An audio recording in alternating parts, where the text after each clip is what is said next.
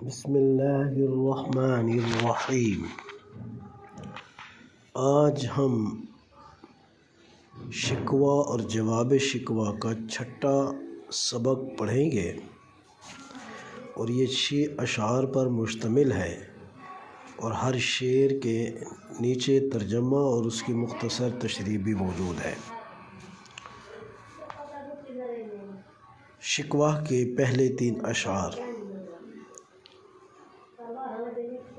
قوم کیا چیز ہے، قوموں کی امامت کیا ہے، اس کو کیا سمجھیں کہ یہ مٹی کے صنم خانوں میں ہے۔ ترجمہ: قوم کیا ہوتی ہے اور قوموں کی قیادت کیا ہوتی ہے۔ آج مسلمان تو مٹی کے بنے ہوئے بتوں کے گھروں میں ہیں، یعنی مادیت میں گم ہیں۔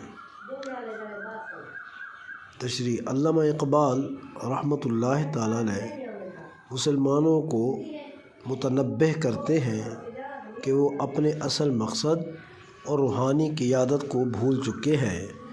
آج وہ خود مادی دنیا میں گم کر چکے ہیں۔ دوسرا مصرع: ہم تو مائل بکرم ہیں، کوئی سائل ہی نہیں، راہ دکھلائیں کسے، راہ روے منزل ہی نہیں۔ ترجمہ: ہم تو رحمت کے لیے تیار ہیں مگر مانگنے والا کوئی نہیں، ہم ارادہ دکھانا چاہتے ہیں مگر کوئی منزل کا طلبگار ہی نہیں۔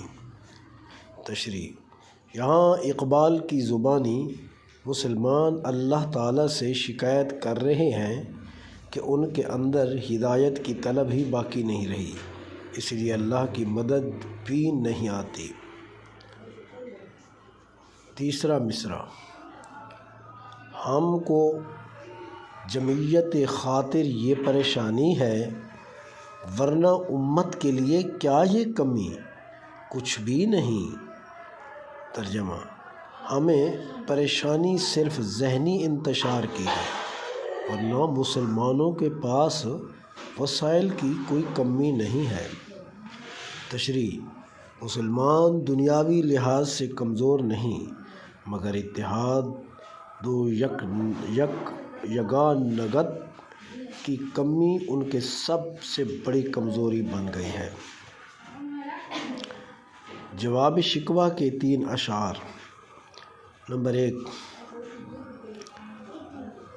تندی باد مخالف سے نہ گھبرا اے عقاب، یہ تو چلتی ہے تجھے اونچا اڑانے کے لیے۔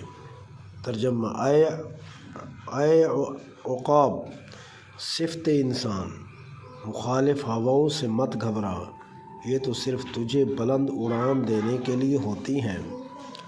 تشریح: اقبال مسلمانوں کو حوصلہ دیتے ہیں کہ مشکلات کا سامنا کر کے ہی ترقی ممکن ہوتی ہے، یہ آزمائش مایوسی نہیں ترقی کی راہیں ہیں۔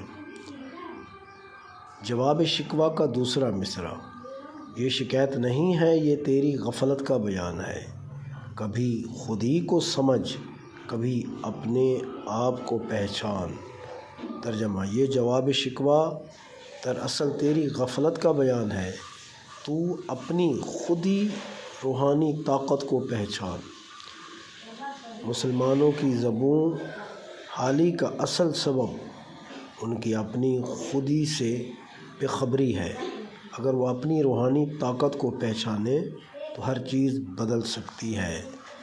تیسرا مصرع: گر مسلمان ہے تو تقدیر پہ اک تیری، نہیں تیرا نشیمن قصر سلطانی کے گنبد پر۔ اگر تو سچا مسلمان ہے تو تیری تقدیر الگ ہے، تیرا مقام بادشاہوں کے محلات کی چھتیں نہیں بلکہ آسمان ہے۔ تشریح: اقبال بتاتے ہیں کہ مسلمان کا مقام مادی چیزیں نہیں بلکہ روحانی بلندی ہے۔ اس دنیا کے عیش و عشرت کے بجائے اعلیٰ مقاصد کو اپنانا چاہیے۔